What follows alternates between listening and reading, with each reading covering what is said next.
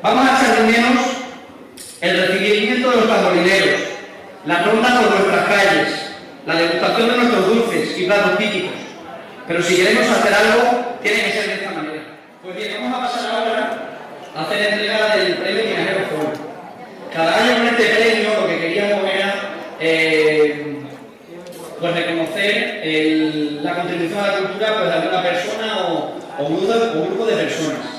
En este caso, vamos a reconocer públicamente la aportación de un grupo de mujeres de Pasarón para mantener viva una tradición de nuestro pueblo. Cada 3 de febrero ponen voz a la vida de San Blas, con unas coplas al santo, que son reconocidas por cualquier pasaroniano. Ellas están acompañadas por el toque del tamboril, que hoy no podía faltar. Varias generaciones han mantenido con gran devoción esta tradición. Esperamos que esta llama nunca se apague y el relevo generacional se siga manteniendo. Pido pues que las cantadoras de San Blas y su tamborilero suban al escenario. Esta placa que nos dan se la merecen más las que se han ido que las que estamos aquí, porque la verdad es que son las que nos han transmitido nuestras raíces y nuestras costumbres de nuestro pueblo. Y especialmente quisiera que supieran Marisol Clemente y Rafaela Pavón, que han estado muchos años cantando a San Blas.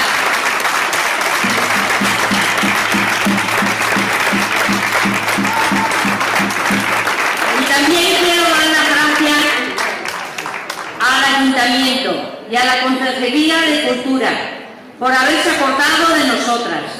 Muchas gracias. Pues bien, vamos entonces a hacer la entrega del premio Tinajero Folk 2020, como he dicho, a las cantadoras de San Blas.